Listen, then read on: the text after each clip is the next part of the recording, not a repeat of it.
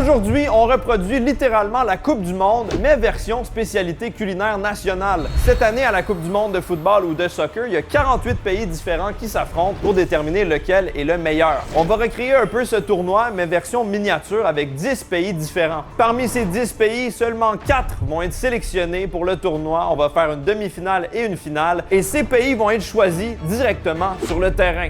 Ça part!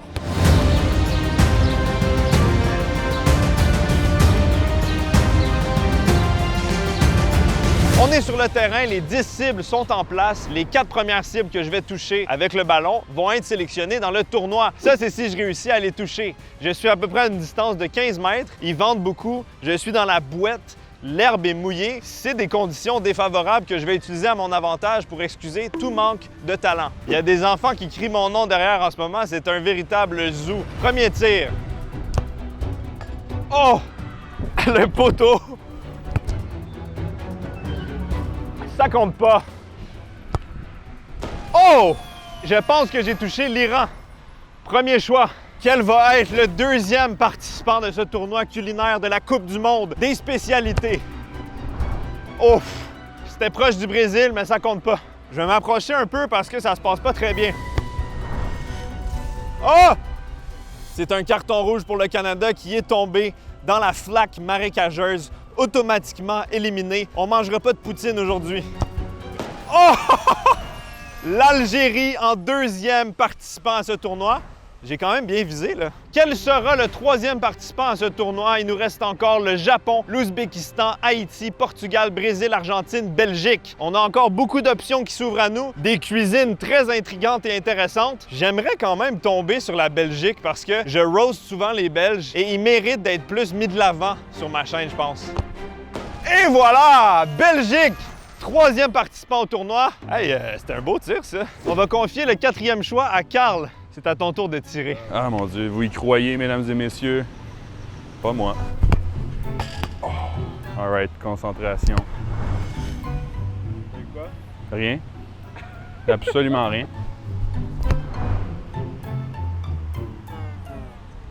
Jules, à l'aide, s'il vous plaît.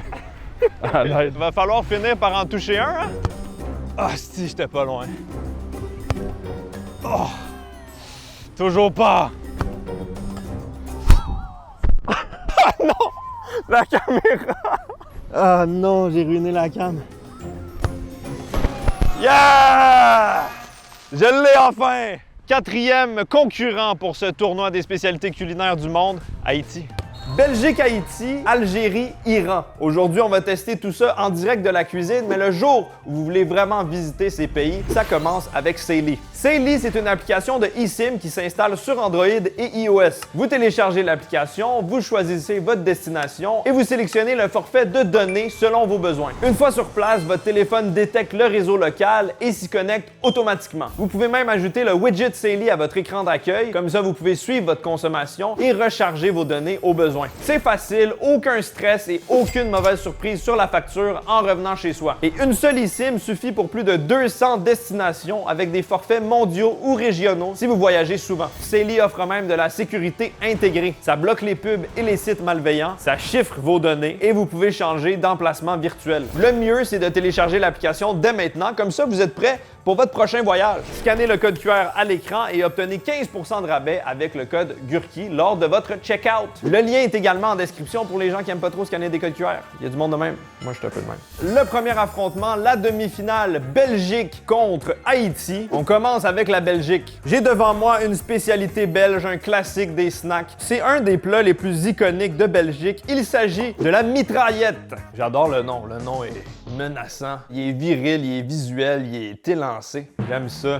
La mitraillette, c'est un sandwich fait à partir d'une baguette avec à l'intérieur une viande grillée, de la sauce et des frites. Il y a littéralement des frites dans le sandwich. C'est peut-être le précurseur des French tacos avec les frites à l'intérieur. C'est peut-être ça qui les a inspirés. La version qu'on a ici est constituée de saucisses merguez à l'intérieur avec une petite sauce maison et des frites cuites dans le gras de bœuf.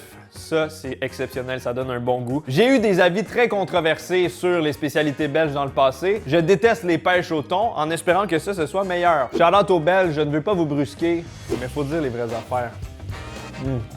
Les frites sont un peu molles dû à la livraison, mais il y a vraiment un délicieux arrière-goût de gras de bœuf. Ça donne vraiment une profondeur à la frite. Ils sont bien dorés. J'ose pas imaginer des vraies frites belges locales. Les Belges sont réputés pour leurs frites. On peut comprendre pourquoi. La petite sauce, c'est une mayonnaise crémeuse, un peu relevée. Ça fonctionne à merveille ensemble. Les frites sont délicieuses, mais est-ce que c'est suffisant pour gagner une demi-finale contre Haïti? Je suis pas sûr. Tout l'espoir repose dans ce sandwich.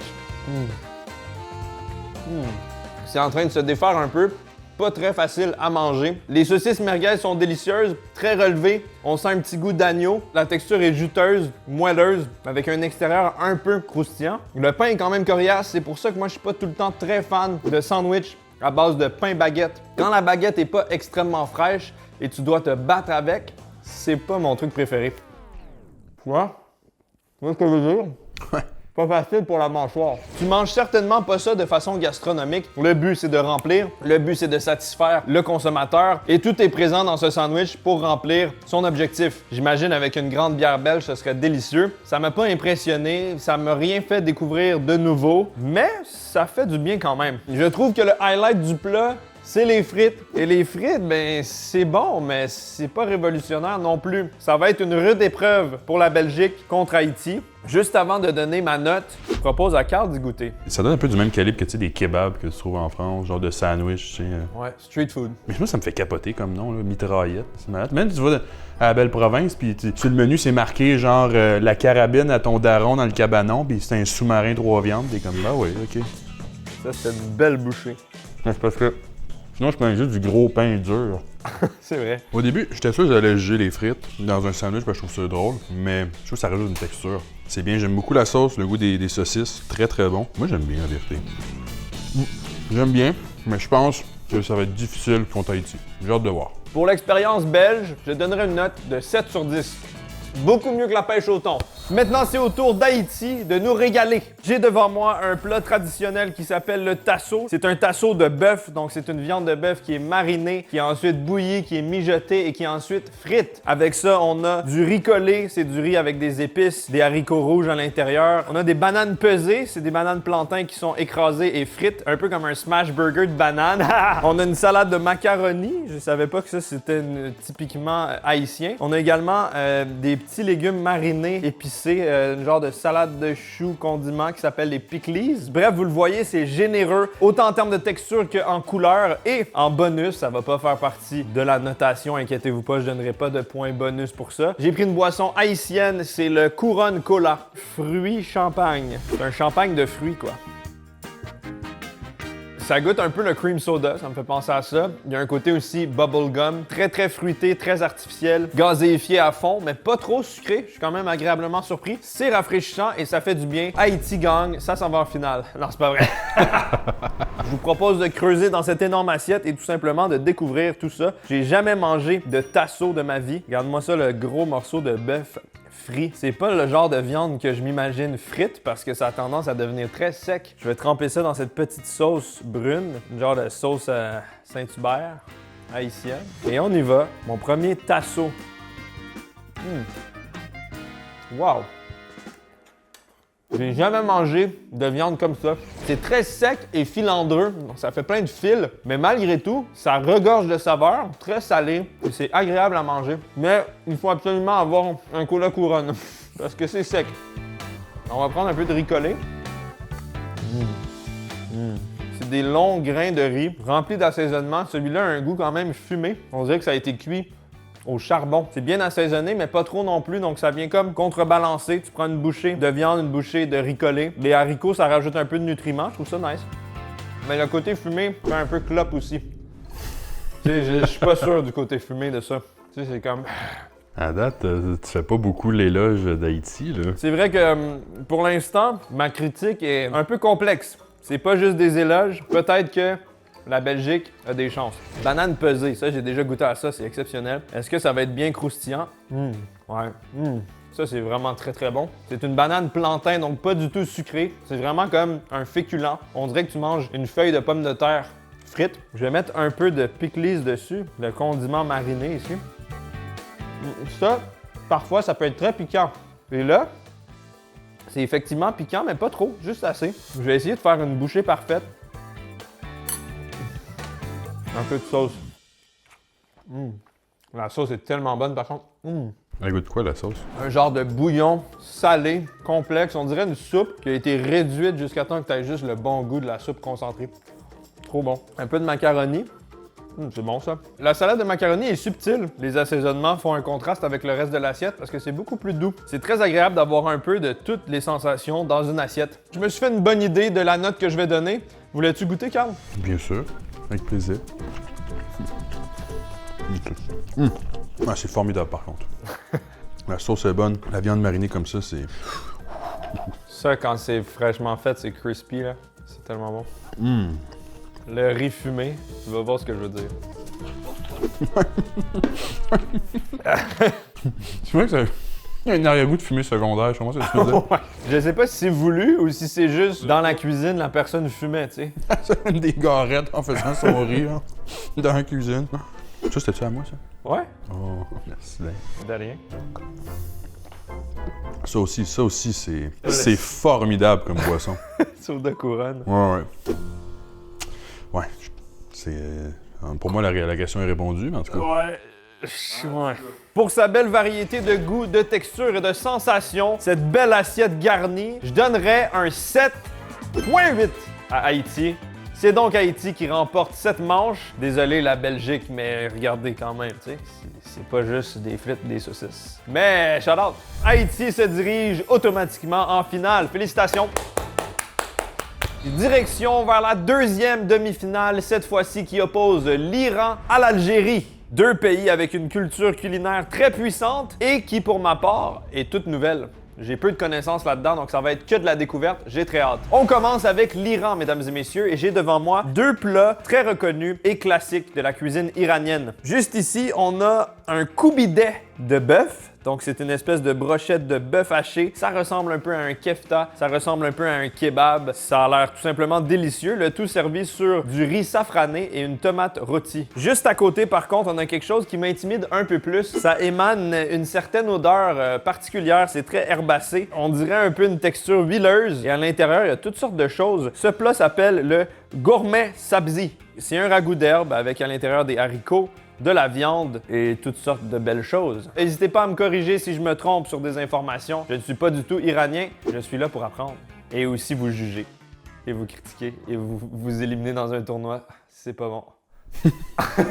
Généralement, quand on est intimidé par quelque chose, autant commencer par celle-ci. On va commencer avec cette soupe. J'ai l'impression que c'est un genre de plat magique qui a énormément de bienfaits pour la santé. Quand tu regardes ça, tu te dis, c'est une potion.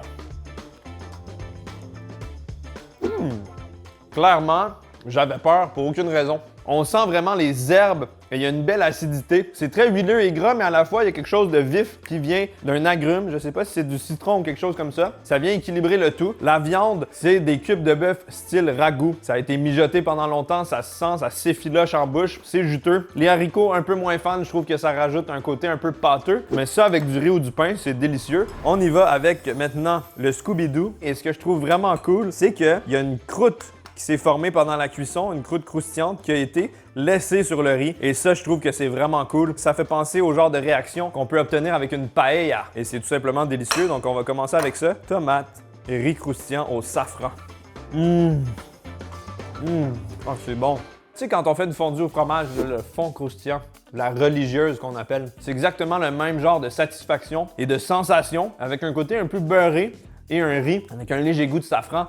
C'est super, super, super bon.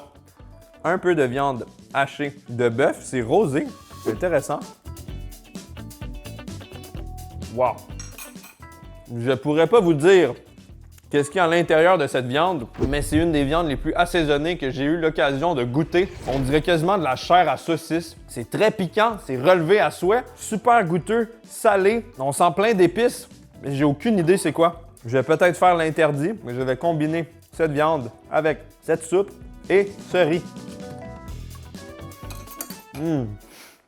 Ça marche? J'ai vécu beaucoup d'émotions. J'ai eu l'impression de manger une cuisine simple, mais remplie d'histoire, qui utilise des techniques, des saveurs et des ingrédients que j'ai pas l'habitude de goûter. Et c'est ça qui est magnifique. Franchement, l'Iran, il y a de hautes chances que vous vous rendiez en finale. Tout va dépendre de l'Algérie. Et aussi des commentaires de Carl si tu veux goûter. OK. Marécage d'herbe. Oh, c'est très très bon. Vraiment, hein? Le Scooby-Doo en question. Attention, c'est piquant. Une bouchée complète. OK. Ah! C'est pas possible. Là, OK. Prends la cuillère au pire. Reste ici.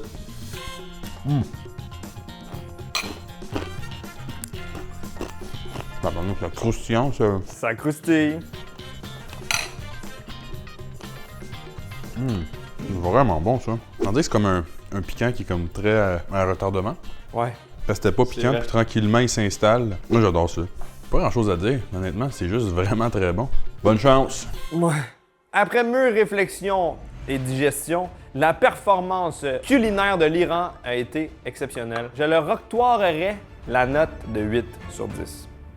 Damn, juste devant l'Haïti. Point 2 au-dessus de l'Haïti. C'est finalement le moment de voir la performance de l'Algérie. J'ai devant moi une spécialité très populaire, c'est la shakshuka algérienne. Peut-être que vous connaissez la shakshuka. Personnellement, moi, j'étais plus familier avec la version marocaine, mais cette version est totalement différente. C'est un plat traditionnel fait avec des morceaux de galettes ou de pâte de semoule déchirées, un peu comme des feuilles de pain très fines, coupées en morceaux. Ensuite, c'est servi avec une sauce rouge épicée, souvent avec des pois chiches, des légumes et de la viande. Avec ça, j'ai le pain algérien, le kesra, qui est un pain que j'ai jamais vu de ma vie. C'est un énorme pain extrêmement mince et surtout très très ferme. Je trouve que c'est intriguant comme pain et je sais pas dans quel contexte ou de quelle façon ça doit être consommé, mais j'avais aussi ce morceau de viande qui venait avec la commande, étrangement emballé. Vous me direz dans quel contexte ça se mange, est-ce que c'est censé aller avec la shakshuka? Je sais pas du tout, mais on va goûter à tout ça. Commençons par la shakshuka. Déjà, ça sent vraiment très très bon et visuellement, c'est très intriguant. On dirait plein de crêpes déchirées dans une sauce tomate. C'est bien relevé, c'est tomaté, mais ce qui m'étonne le plus, c'est vraiment la texture. C'est pas tout à fait comme des crêpes. Il y a un aspect un peu gluant, comme si le pain avait absorbé la sauce, le jus, et c'était devenu imbibé, avec une texture un peu caoutchouteuse en bouche. Si on goûte avec un morceau de viande non identifié, j'ai l'impression que c'est du bœuf extrêmement effiloché, extrêmement moelleux. Ouais. Wow! Cette viande, même si elle a été mal emballée, elle a définitivement été très bien cuite. La texture est moelleuse, ça fond dans la bouche, c'est vraiment goûteux. Les deux ensemble, ça fonctionne à merveille. C'est très très très bon. Je trouve quand même que la shakshuka aurait pu être un peu plus assaisonnée, un peu plus relevée. C'est quand même subtil comme saveur. Le bon gros pain, goûtons à ça. Je vais commencer par y goûter seul. Oh! Ça c'est très très bon. Galette croquante. On sent vraiment les grains de semoule à l'intérieur. On dirait que ça a été cuit et doré dans un corps gras. Ça rend ça un petit peu gras, juste assez satisfaisant. On va tout combiner ça, teindre comme ça. Bouchée parfaite. C'est très très bon. Ça, c'est parfait. Ça, c'est juste un petit peu fade. Et ça, ben, c'est un pain comme j'en ai jamais vu. Texture nouvelle pour moi. Belle expérience. C'est pas évident comme décision. Je sais pas où me situer. Je vais réfléchir un peu, puis Carl va pouvoir goûter. La viande intrigante, ça, je vais y goûter en premier parce que ça me fait très rire comment ça a été présenté. Ouais, ça c'est très très bon. Un peu gras ceci dit, mais très très très goûteux comme viande. Ce pain-là, ça me fait penser au pain dans Le Seigneur des Anneaux. 100% lambas bread. C'est peut-être ça finalement. Mais ça c'est bien. Puis ça de loin, ça ressemble un peu à un plat de pâtes. Ouais, c'est vrai. Damn! Ça j'aime beaucoup ça. C'est vraiment bon le goût. Franchement, là, J'ai jamais été confronté à un aussi grand dilemme culinaire sur la chaîne. J'aurais quasiment envie de dire que je préfère cette viande à l'autre. Elle est encore plus tendre, mais c'est beaucoup moins assaisonné. L'Iran, c'était coloré, c'était vif. Et ça, c'est vraiment bon. J'y ai pensé, mais je pense qu'au final, c'est un choix qui repose sur l'instinct, la première impression. Malheureusement, c'est une question de choix de plat. pour le pays perdant. Je pense qu'il a été mal représenté, qu'il y aurait eu d'autres potentiels à nous montrer. On fera une autre vidéo sur ce pays. Il y a tout le temps plus de découvertes. Je donne une note de 8,2 à l'Algérie qui se dirige en finale contre Haïti. Désolé l'Iran, c'était très serré de 0,2 points. Mesdames et messieurs, nous sommes arrivés au point culminant de cette expérience, de ce tournoi, de cette performance athlétique, la finale, Haïti versus Algérie. On commence avec Haïti. Cette fois-ci, on a un frité griot. C'est un plat de différentes fritures haïtiennes, un classique de la street food, servi avec du griot. Ça ressemble un peu au tasso, mais cette fois-ci, c'est du porc qui est mariné dans des agrumes et toutes sortes de choses, qui est ensuite cuit, qui est ensuite frit. Si on se fie à la première dégustation haïtienne, je pense qu'on va se régaler. On va commencer par le griot. Griot sauce, bouche. Ça, c'est vraiment le classique. Je trouve que c'est encore meilleur que le tasso au bœuf qu'on a goûté un peu avant. Il y a vraiment une petite acidité. C'est relevé, c'est juteux. Je suis tombé plusieurs fois dans ma vie sur du griot sec. Celui-là est pas sec, il est bien fait. Très, très bon. Avec les petits pickles. On met ça ensemble, là. Oh! As-tu la rêve quand j'ai fait ça? C'est Freddie Mercury sur le stage.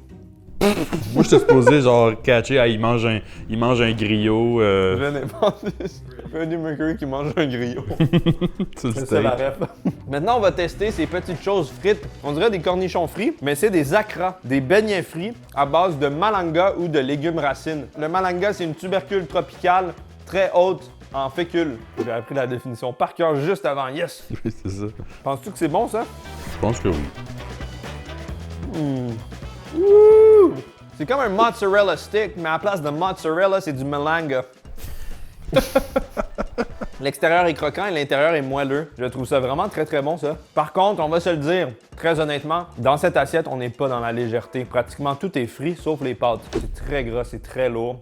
C'est très intense. Maintenant, on va tester ceci. C'est un kibi, une boulette frite inspirée du kibé, la viande, des épices. C'est frit. On va mettre ça avec des pickles, des pickles, entre potes. Des pickles. Ça aussi, c'est super bon! La morale de l'histoire, ça va peut-être être que pour gagner le cœur du gurk, il faut juste de la friture. Typique nord-américain au final. Et je dois dire que ceci est encore meilleur que ce qu'on a mangé précédemment. Tout est croustillant, tout est satisfaisant, tout est délicieux. On augmente la note drastiquement vers un 9 pour Haïti. C'est du solide, j'ai du plaisir. Vois-tu, moi, je suis quasiment plus un fan du tasso. Ouais. T'es un gars tasso. Ouais. C'est un boy tasso. Moi, je suis un boy griot. Ouais, c'est bon. Je pense qu'on dirait du couscous. On dirait une semoule, effectivement. Ouais.